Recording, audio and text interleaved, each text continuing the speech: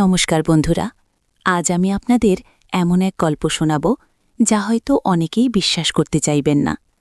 এই গল্পটি আমাকে একজন নাম প্রকাশে অনিচ্ছুক ফলোয়ার পাঠিয়েছেন। আমি শুধু এটুকুই বলতে পারি, এটি একটি সাধারণ বাঙালি পরিবারের এক অসাধারণ কিন্তু অত্যন্ত গভীর এবং স্পর্শকাতর গল্প। আপনাদের অনুরোধ করব পুরো গল্পটি মন দিয়ে শুনবেন, কারণ গল্পের কোনো এক ফাঁকে আমি আমার ব্যক্তিগত ইমো নাম্বারটি দেব, তাই নাম্বারটি পেতে হলে পুরো গল্পটি মনোযোগ দিয়ে শুনতে হবে। আমার নাম নীলাঞ্জনা, বয়স ধরুন ৩০-এর কোঠায়, বিয়ে হয়েছে ৭ বছর। স্বামী অর্ণব, একজন নামকরা কর্পোরেট অফিসার। ভালো চাকরি, ভালো সংসার, সব দিক থেকেই আমি সুখী, অন্তত বাইরে থেকে দেখলে তাই মনে হবে। কিন্তু সুখের আড়ালে যে কাঁটা লুকিয়ে থাকতে পারে তা কে জানত। শুরুটা হয়েছিল আমার এক পরিচিতের বিয়ে নিয়ে। অর্ণবের এক দূরসম্পর্কের দাদা অরিন্দমবাবু আইন পেশায় যুক্ত, তার চেম্বারটা বেশ নামকরা। সেই সময় আমার এক বান্ধবী রিয়া, তার বিয়ের কিছু আইনি কাগজপত্রের ব্যাপারে অরিন্দমবাবুর শরণাপন্ন হয়েছিল।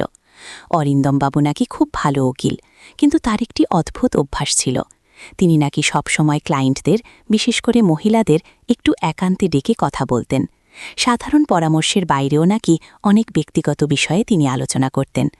আমার বান্ধবী রিয়া এই ব্যাপারটা নিয়ে প্রথমে একটু অবাক হলেও পরে ভেবেছিল এটাই হয়তো তার কাজের ধরন। কিন্তু গল্পটা যখন আমার কাছে এলো তখন আমি বিষয়টার গভীরতা বুঝতে পারলাম। অরিন্দমবাবু শুধু উকিল ছিলেন না, তিনি ছিলেন এক জটিল মনস্তত্ত্বের কারিগর। তার চেম্বারের ভেতরের পরিবেশটা ছিল অন্যরকম। বাইরে থেকে দেখলে মনে হবে এটা শুধু একটা আইনি পরামর্শ কেন্দ্র, কিন্তু ভেতরে ঢোকার পর, বিশেষ করে যখন তিনি কাউকে একা ডাকতেন, তখন বাতাসের স্রোত পাল্টে যেত। গল্পের প্রধান চরিত্র অনুষ্কা এই অরিন্দমবাবুর একজন ক্লায়েন্ট ছিলেন। তার নিজের একটি সম্পত্তি সংক্রান্ত কিছু আইনি জটিলতা তৈরি হয়েছিল। সেই সূত্রেই তার পরিচয় হয় অরিন্দমবাবুর সাথে। প্রথম দিকে সবটাই ছিল পেশাগত, কিন্তু অরিন্দমবাবু ধীরে ধীরে অনুষ্কার ব্যক্তিগত জীবনের গভীরে প্রবেশ করতে শুরু করেন। শুধু সম্পত্তি নয়, অনুষ্কার দাম্পত্য জীবনেও নাকি কিছু সমস্যা ছিল। অরিন্দমবাবু সেই বিষয়েও প্রশ্ন করতেন, তার সমাধান বাতলে দিতেন। অনুষ্কা হয়তো নিজের একাকিত্ব বা অবহেলার বশেই অরিন্দমবাবুর সাথে খোলাখুলি আলোচনা করতে শুরু করেন। অরিন্দমবাবুর ডাকগুলো প্রথম দিকে ছিল কাজের প্রয়োজনে, কিন্তু ধীরে ধীরে তা অভ্যাসে পরিণত হয়। তিনি অনুষ্কাকে প্রায়ই ডেকে পাঠাতেন, কখনো বিশেষ কিছু কাগজপত্র নিয়ে আলোচনার অজুহাতে, কখনো বা শুধুই চা পানের আমন্ত্রণে।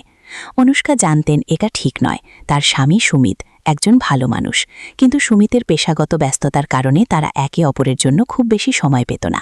অনুষ্কা নিজের মনের কথাগুলো কাউকে বলতে পারত না, আর অরিন্দমবাবু সেই জায়গাটায় যেন এক শীতল স্পর্শ দিয়ে তার অগোচরে প্রবেশ করছিলেন।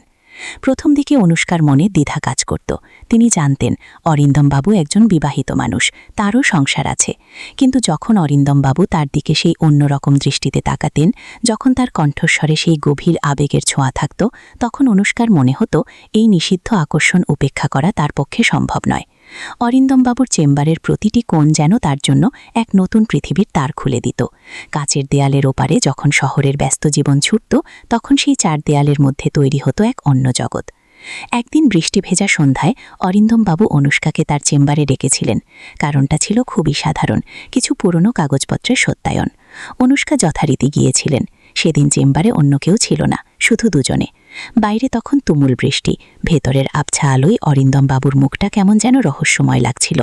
তিনি অনুষ্কার দিকে তাকিয়ে মৃদু হেসে বললেন, আজ আবহাওয়াটা বড়ই বেয়ারা, তাই না অনুষ্কা?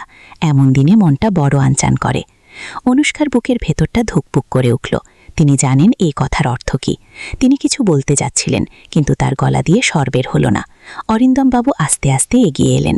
তার চোখের দৃষ্টিতে ছিল এক তীব্র আকাঙ্ক্ষা। তিনি অনুষ্কার খুব কাছে এসে দাঁড়ালেন। তার উষ্ণ নিঃশ্বাস অনুষ্কার ত্বকে এসে লাগছিল। অনুষ্কার মনে হচ্ছিল তিনি যেন এক অতল সমুদ্রে ডুবছেন, যেখানে ভয় আর রোমাঞ্চের এক অদ্ভুত খেলা চলছে। অরিন্দমবাবু ফিসফিস করে বললেন, অনুষ্কা, আজ কি সব নিয়ম ভেঙে ফেলার দিন? অনুষ্কার মনে হলো সময় যেন থমকে গেছে। বাইরে বৃষ্টির শব্দ, ভেতরে নৈশব্দ, আর দুজনের বুকের ভেতরে ধুকপুকানি, সব মিলে এক অদ্ভুত পরিবেশ। তার মনে হলো এই মুহূর্তে তিনি যেন পৃথিবীর সব নিয়ম, সব দ্বিধা ভুলে যেতে পারেন। সুমিতের মুখটা একবার তার মনে পড়ল, কিন্তু পরক্ষণেই অরিন্দমবাবুর উষ্ণ স্পর্শ তার মনে অন্য সব চিন্তা মুছে দিল। অরিন্দমবাবু অনুষ্কার হাতটা ধরলেন। তার হাতের স্পর্শে ছিল এক অন্যরকম জাদু। অনুষ্কার মনে হলো তিনি যেন এক অচেনা অনুভূতিতে ভেসে যাচ্ছেন। অরিন্দমবাবুর আঙুলগুলো তার হাতের ওপর দিয়ে সাবধানে ঘুরছিল, যেন তিনি কোনো মহামূল্যবান বস্তু স্পর্শ করছেন। অনুষ্কার মনে হলো তার শরীরের প্রতিটি রোমকূপ জেগে উঠছে। এক তীব্র শিহরণ তার সারা শরীরে ছড়িয়ে পড়ল। তিনি চোখ বন্ধ করে ফেললেন। তার মনে হলো এই মুহূর্তে তিনি শুধু অরিন্দমবাবুর আশ্রয় চান। তার মনে কোনো ভয় ছিল না, ছিল শুধু এক তীব্র আকর্ষণ, যা তাকে চুম্বকের মতো টেনে নিয়ে যাচ্ছিল।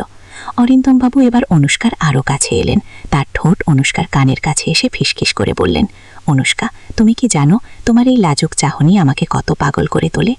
অনুষ্কার মনে হলো তিনি যেন এক উত্তপ্ত স্রোতে ভেসে যাচ্ছেন। অরিন্দমবাবুর স্পর্শ তার শরীরের গভীরে প্রবেশ করছিল। তার মনে হচ্ছিল এই সম্পর্কটা নিষিদ্ধ, কিন্তু এই নিষিদ্ধতার মধ্যেই লুকিয়ে আছে এক অন্যরকম আনন্দ, এক অপার্থিব অনুভূতি। পরদিন সকালে যখন অনুষ্কার জ্ঞান ফিরল, তিনি নিজেকে আবিষ্কার করলেন নিজের বিছানায়। অরিন্দমবাবুর চেম্বারের কোনো স্মৃতি তার মনে নেই। তার মনে কেবল এক অস্পষ্ট ঘোর। তিনি কি স্বপ্ন দেখেছিলেন নাকি বাস্তব? তিনি কি সুমিতের সাথে প্রতারণা করেছেন নাকি পুরোটাই ছিল তার মনের ভুল? তিনি জানেন না। কয়েকদিন পর অরিন্দমবাবুর কাছ থেকে একটি চিঠি এলো। সেখানে লেখা ছিল, আমার আইনজীবী হিসেবে আপনার কিছু আইনি কাগজপত্রের প্রয়োজন। অনুগ্রহ করে একদিন আমার চেম্বারে আসবেন। অনুষ্কা চিঠিটা পড়ে অবাক হলেন। তিনি কি আবার যাবেন? তার মনে তখন সংশয় আর ভয়, কিন্তু অরিন্দমবাবু সেই গভীর আকর্ষণ তাকে আবার টেনে নিয়ে যাচ্ছিল। তিনি জানতেন এই ডাক উপেক্ষা করা তার পক্ষে সম্ভব নয়। একদিন অনুষ্কা আবার গেলেন অরিন্দমবাবুর চেম্বারে। সেদিনও অন্য কেউ ছিল না। অরিন্দমবাবু অনুষ্কার দিকে তাকিয়ে হাসলেন। সেই হাসিটা ছিল আগের চেয়েও বেশি গভীর, বেশি আবেদনময়। তিনি অনুষ্কার দিকে এগিয়ে এসে বললেন, অনুষ্কা, সেদিন যা হয়েছিল তা শুধু সময়ের কাজ ছিল। আমরা দুজনেই জানতাম এটা একদিন হবেই। অনুষ্কা কিছু বলতে পারলেন না।